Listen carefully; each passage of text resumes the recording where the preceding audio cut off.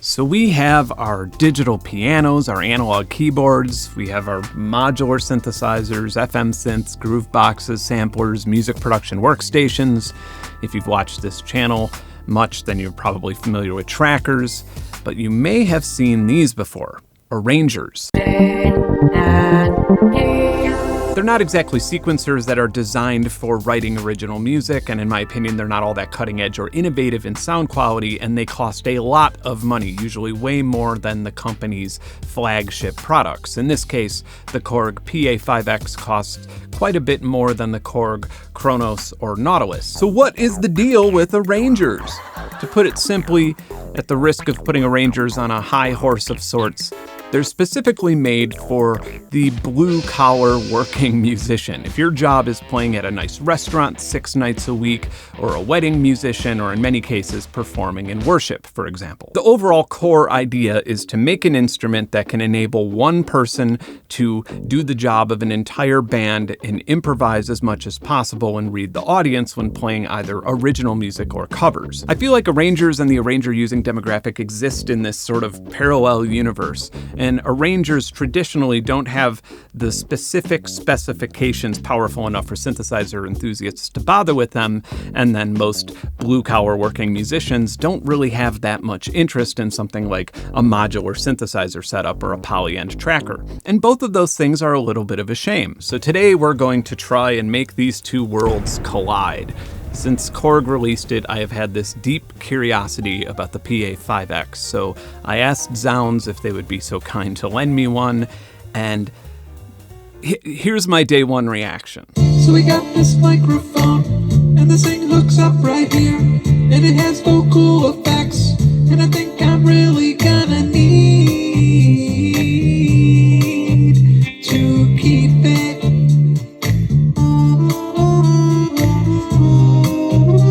This thing has a lot of assignable audio inputs and outputs, and you could get really detailed with how you are assigning the MIDI in and out as well. So like you can have these thousands of meticulously programmed playable sequences trigger other things in your studio or even VST plugins, and we're of course going to play around with that a little bit. But more importantly, and I cannot ignore this or emphasize it enough, arrangers are fucking fun. They are super addictive. They can be stupid and cheesy and absolutely hilarious. And it's like getting addicted to a video game, but the skill you're refining by playing it is being a musician who might be able to express themselves a little bit more accurately. So I'm going to try and race through some of the specs of the PA5X, specifically the ones that I think are the most impressive.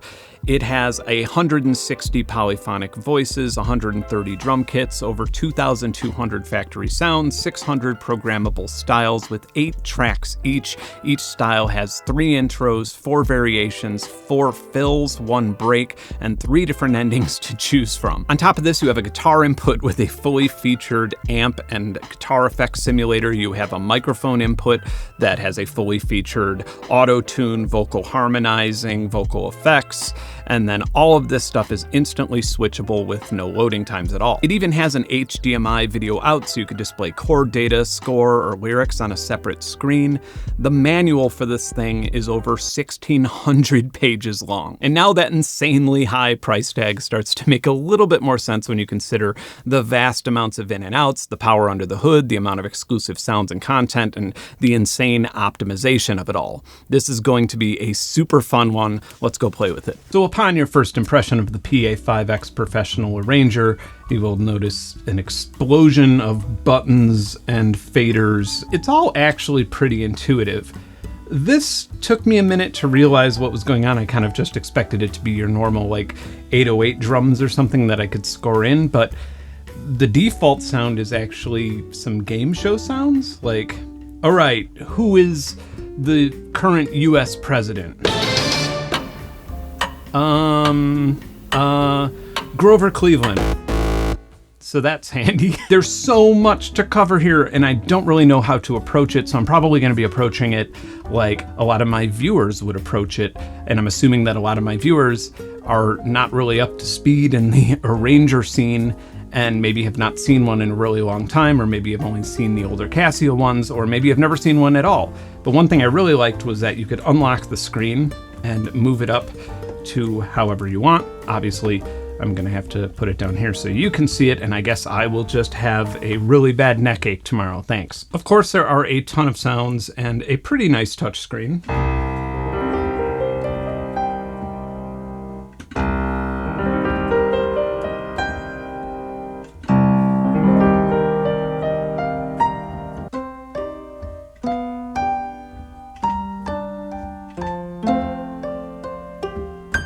If you haven't noticed, I could switch through these really fast. That actually sounds really nice. Let's just go to woodwinds, folk clarinet. Go to synth, mini classic.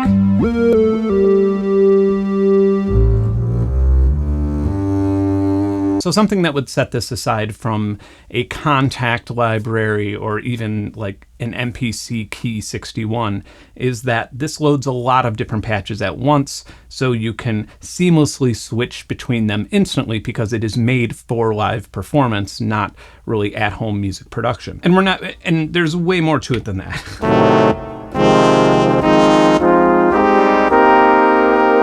All right, let's go back to our main page. Up here we have two different players. I'm just gonna choose Sunny Pop. Nice. So Sunny Pop will have a bunch of different instruments in the keyboard set.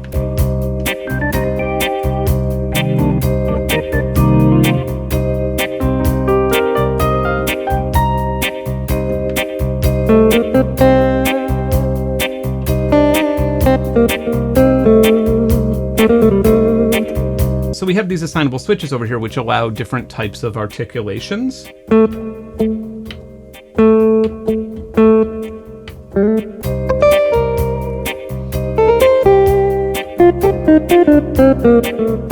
And then we could change chords by changing chords over here.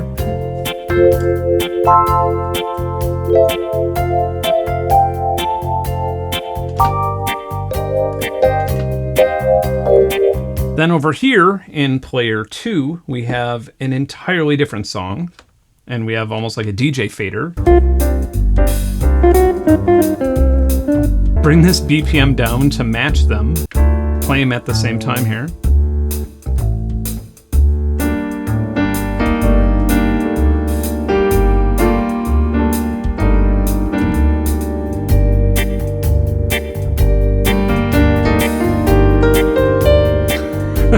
I'm pretty sure that it is not meant for beat matching. It is meant just to fade into the next song in your set. And so if we hit start on synchro over here and then just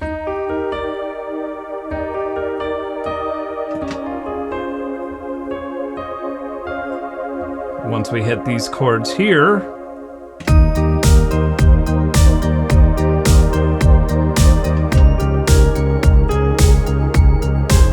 and so then we have fills.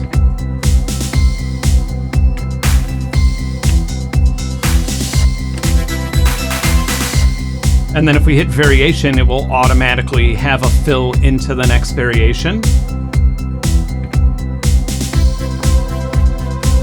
And then we have a choice of 3 endings, and all of them are usually pretty crazy.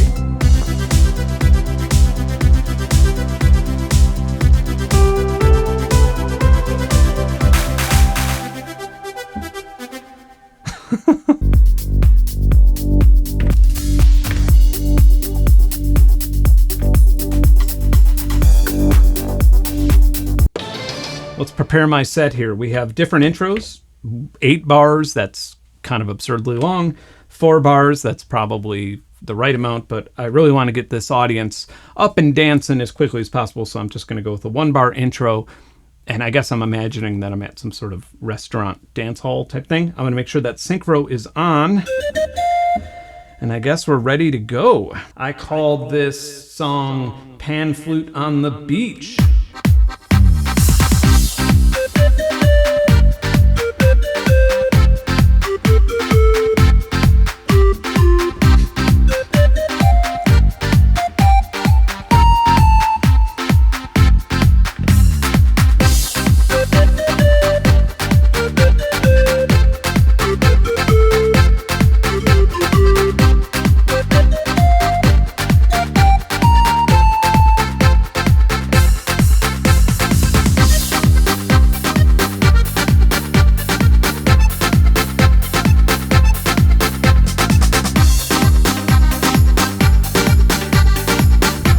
synth lead.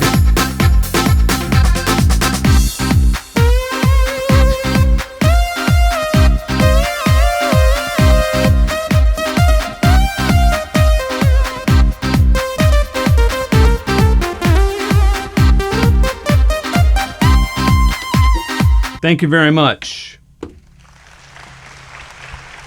So yeah, that is basically what I've been doing with my time, and that is the core gist of the PA5X. I'm going to show you what the sound editing / customization situation is. So right up here, if we just go to Easy Edit, we will have a bunch of different variables like cutoff,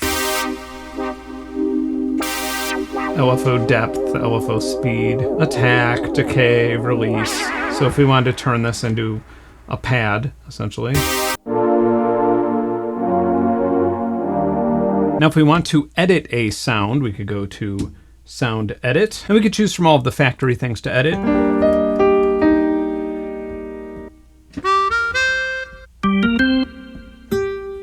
Then we have a bunch of legacy sounds from older arranger models, I'm assuming. Then we have general MIDI sounds, which actually aren't that bad compared to a lot of general MIDI sounds. Ooh, do we even have the effects, the synth effects? Ooh, Ice Rain, everybody's favorite. So let's just choose harmonic rain here, and then I can change the attack and release and all that stuff here, the cutoff. Let's add a stereo BPM delay. And then for different parameters, or even like the wet and dry, I could assign different sources to control that in my performance. So it could be the ribbon controller, or the joystick, or MIDI CC, or even just gates. There's a reverb called the O-verb that actually doesn't sound half bad, to my surprise. I feel like anytime I encounter something like this, I assume it's going to be a terrible, terrible sounding reverb, but this one's not terrible.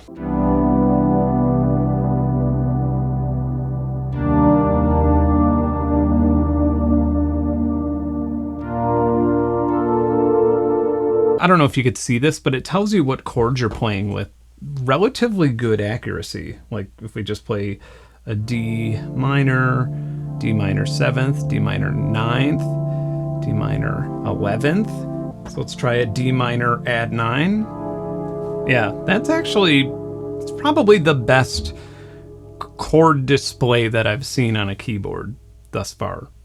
But I haven't seen many, to be fair. One thing I was really surprised by is that you can sample stuff. You could just record samples and you could load them as well. I haven't tried it yet, but I do have a USB drive with a sound font on it, and apparently this reads SF2 files. It does not seem to like my sound font file, and that's fair because I think it was a couple gigs. It was like a massive one, but I'm sure it reads the Chord sample format a lot better, which you can export to from most sample editing programs, and I don't think that that's really the point of this anyway. I don't see too many arranger users loading in tons of their own custom sample libraries. There's already a ridiculous amount of sounds that are accessible on here, and then you can also have an MP3 file as your background in case you want to play over something original. I'm not even going to bother doing that in this video, but that is an option. So I have a song. It obviously follows whatever chords I play. However, if we go over to chords here, it comes with its own chord sequence for each one of these patches. We could choose different chord sequences. So cowboy dance, whatever that means.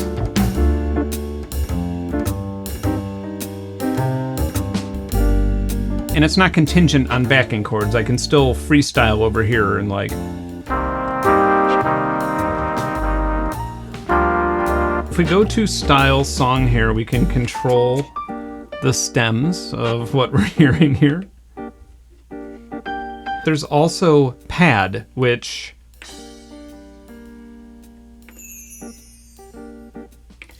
I think just plays loops. There is a guitar input in the back of this, and then we can just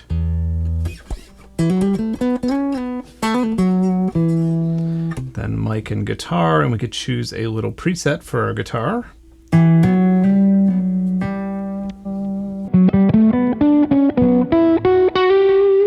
God, I hope they have some sort of speed metal.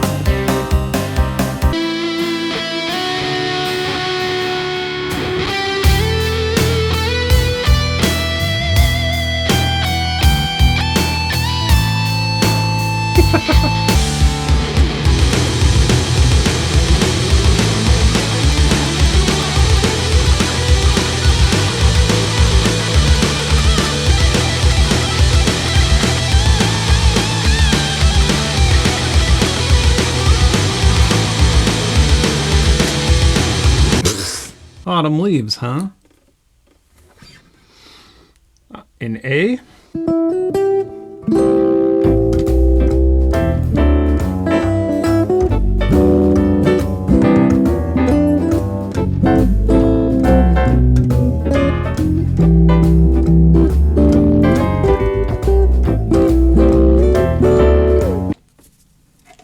Alright. I think the mic auto-tunes to the melody, and you can turn on the harmony, and it all sounds great. And it even harmonizes with little things like C, C major 7, C6. No, it doesn't really do C6, does it?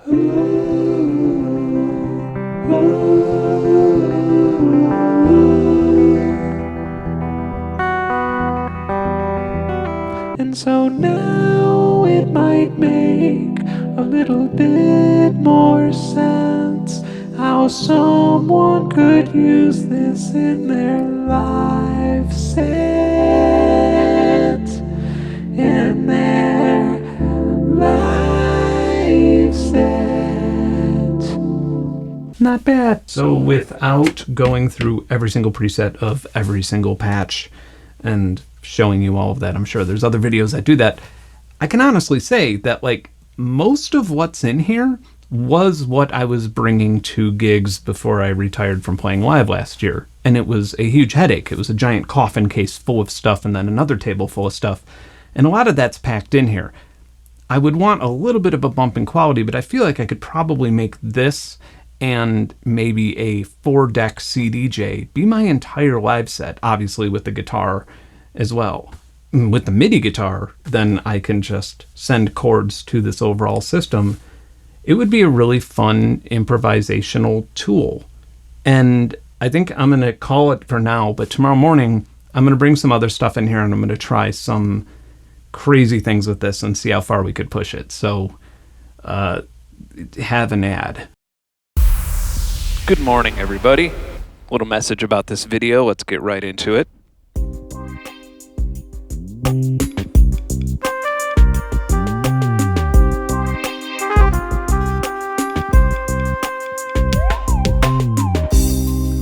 I'm not being paid a thing to make this video. No. I'm borrowing this from a company called Sounds that you've definitely heard of. It's a retailer, but I should go into my FTC disclaimer here. This isn't an ad read, and I hope I'm correct in saying this, but one thing I really like about Sounds is that if you see a piece of gear on their website, it's actually in stock, and they don't do that bullshit that some other retailers do where you order something and then you find out that it's on back order and they string you along forever and it's really frustrating. They also don't call you asking you if you need help with the gear you bought without asking you permission first. Thank you, FTC, for keeping us safe. Okay, so I have the line out of the Uno Synth Pro X going into the stereo input of the Chord Arranger, and then I set the bass sequence MIDI channel to channel 1, which is going into the Synth Pro X.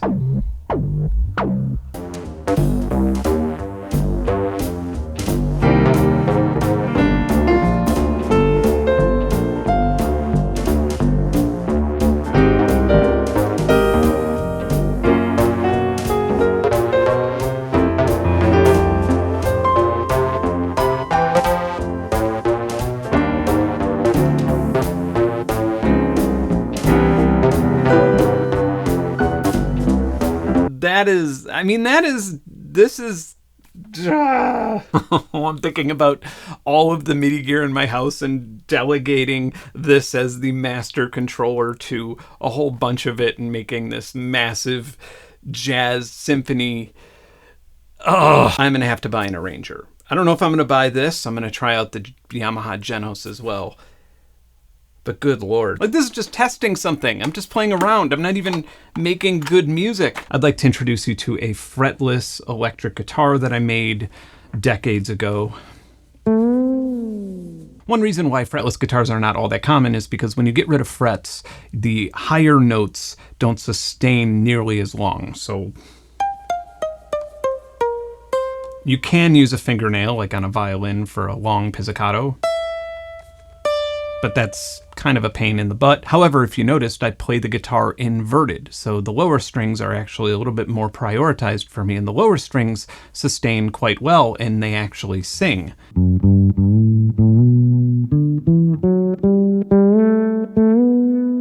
So this guitar is actually plugged into the microphone input, so it is being subjected to the vocal effects, not the guitar effects.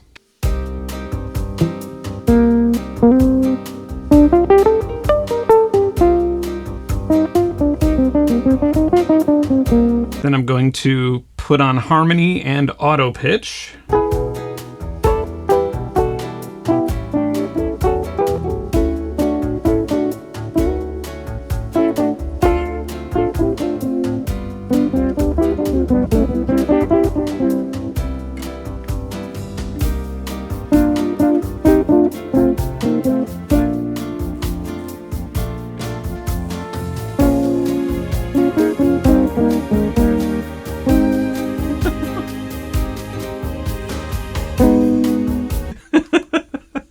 So stupid. Speaking of microtones, now a lot of professional arrangers, I believe the Chord PA4X, the predecessor to this, and some Yamaha ones, have an Oriental version, which essentially is what we would consider world music, and this is the Western version, and so most of everything is in equal tuning. Obviously on this Western version we don't have those Eastern patches, but we can change our scales and we can even customize them. But let's just go with Arabic. Believe it or not, I actually do listen to a bit of music in this genre, and that's one of the things that initially turned me on to arrangers in general, is because a lot of it is just recorded on arranger patches and then they write the song from there. Let's give it a try.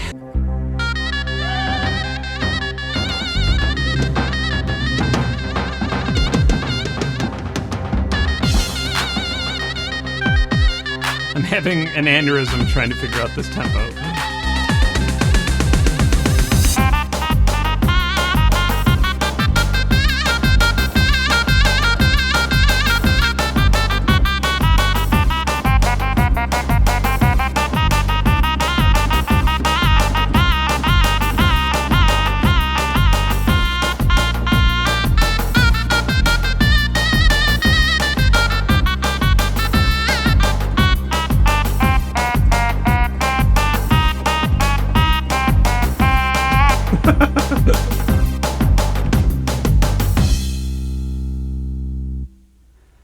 Let's hook this up to the computer. So just for simplicity, I opened up UVI Workstation and opened up 7 sounds, 7 MIDI channels. 6 of them are coming from the sequencer. 1 of them is just the lead here.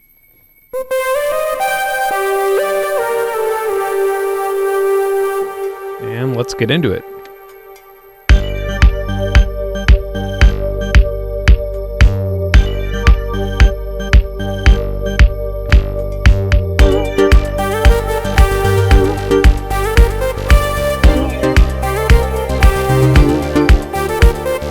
And then we could just change styles, but we will keep all of these sounds here.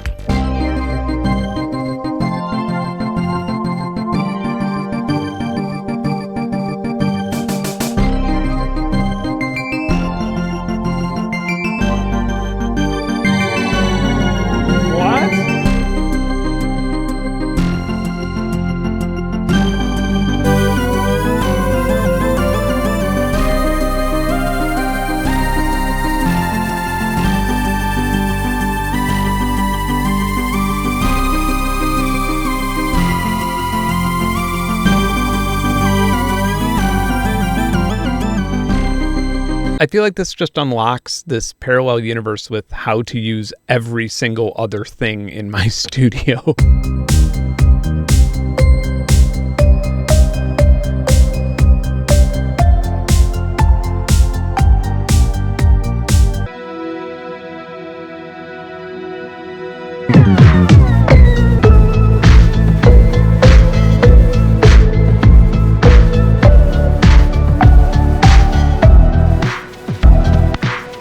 So yeah, it is safe to say that I am officially a big fan of arrangers now, and I am now in the market to acquire one.